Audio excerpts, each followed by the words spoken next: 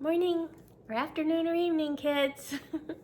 This book's called Arthur's Underwear by Mark Brown.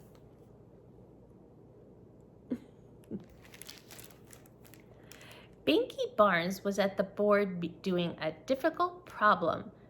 That's correct, said Mr. Ratburn. Very good.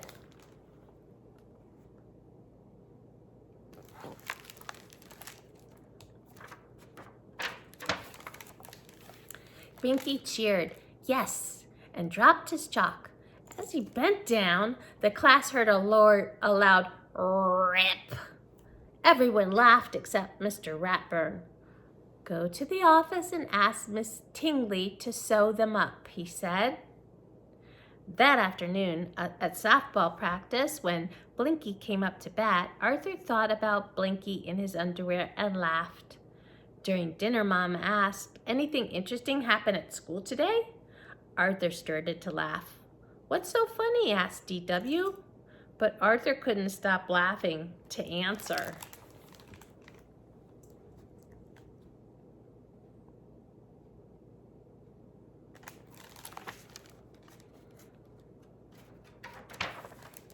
The next morning, Arthur woke up late. He hurried through breakfast and ran most of the way to school. Sorry I'm late, Mr. Ratburn. I guess my alarm... Everyone burst out laughing. Mr. Reed being late is one thing, said Mr. Ratburn, but not wearing any trousers? That's quite another. Arthur looked down and screamed. Arthur's scream woke him up. Wow, he thought, what a horrible dream.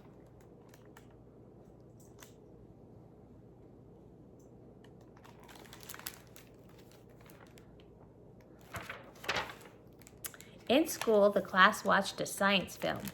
The amoeba is a single-celled life form. Arthur's eyelids began to droop. Suddenly, an amoeba that looked a lot like Arthur appeared on the screen. Its pants fell down, showing its underwear. Help, cried Arthur Amoeba. I need my pants. All the other amoebas started to laugh. Arthur Amoeba was too embarrassed to move. Then he felt someone shaking him. Wake up, Arthur, said Buster. The movie's over.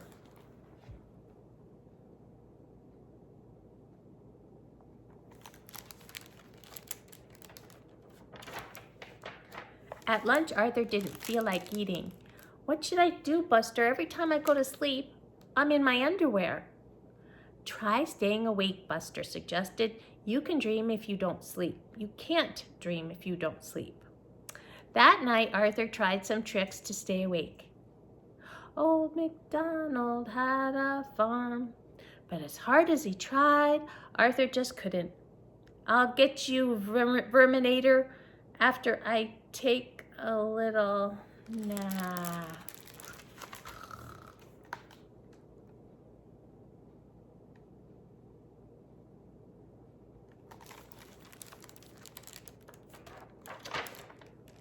In Arthur's dream, the Verminator was torturing the class by scratching his claws on the blackboard. Hearing cries for help, Bionic Arthur rushed to the rescue. But as he entered the classroom to take on the Verminator, everyone started laughing.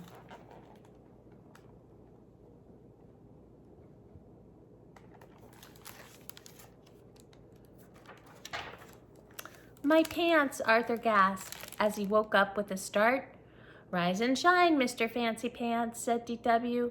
They're right here. Mom says you better shake a leg or you'll be late for school.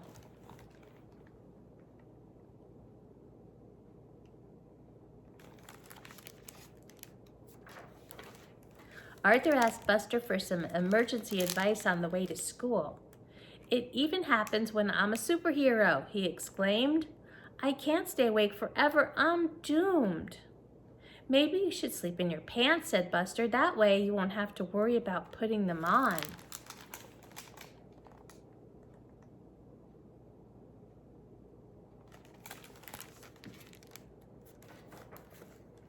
That night, D.W. came into Arthur's room.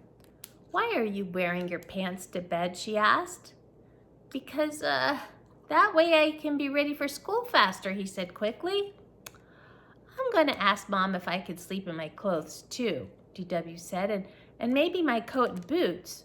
Mom? Arthur sighed and changed into his pajama pants.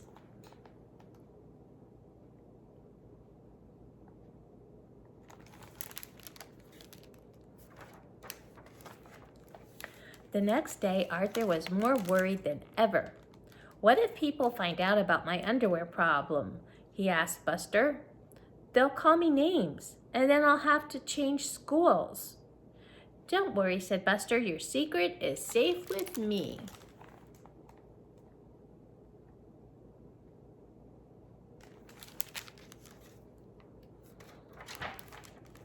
At lunch the following day, Arthur sat with Francine and Muffy. They looked at him and started to giggle. What's so funny? Arthur asked. Do you have your pants on? Asked Francine.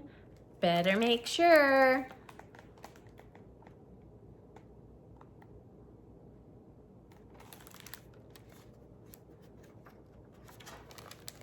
Arthur checked. He was wearing pants. He moved to another table. I heard about your nightmares, said the brain, so I got out a couple of books on dreams. Apparently, you have a pathological fear of embarrassment. Arthur got up to find Buster. Buster, cried Arthur, you told everyone about my underwear dreams. Not everyone, replied Buster, only a few kids. Buster, how could you? Well, I couldn't help you. I needed some advice. This is so embarrassing, said Arthur.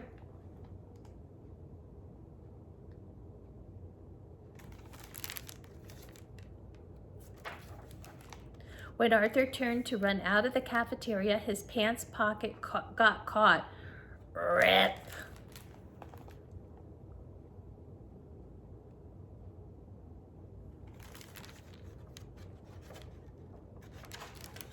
Everyone in the cafeteria began to laugh. Arthur couldn't move, but Binky grabbed 2 trays to cover him. Quick, he whispered, into the kitchen. Mrs. McGrady wrapped her apron around Arthur and got out a needle and thread. I'm sorry, Buster said. I shouldn't have told anyone. It's okay, said Arthur sadly. You were just trying to help.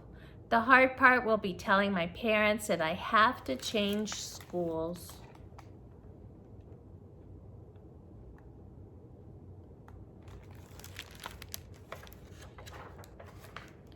Mrs. McGrady handed Arthur his pants. Thanks, said Arthur. Is there a back door? Afraid not, said Mrs. McGrady, but do you know the old saying, a banana without its peel is still a banana? Huh? Said Arthur and Buster. It means people get embarrassed all the time, Binky explained. But you're still Arthur, said Mrs. McGrady, a smart, kind young man, with or without your pants. Arthur smiled. A few days later, Arthur met Buster at the Sugar Bowl. Well, no more underwear nightmares, Arthur said. That's great, said Buster. I never thought that ripping your pants in the cafeteria would be the thing to cure you. As they stood up to leave, Arthur looked at Buster and frowned. Buster, I think you forgot something.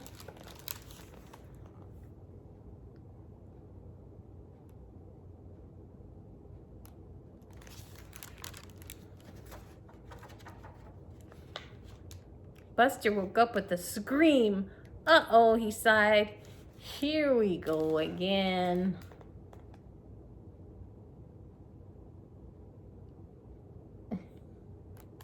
The end. I think we've all had dreams like that at some time in our life. It goes away. Love you.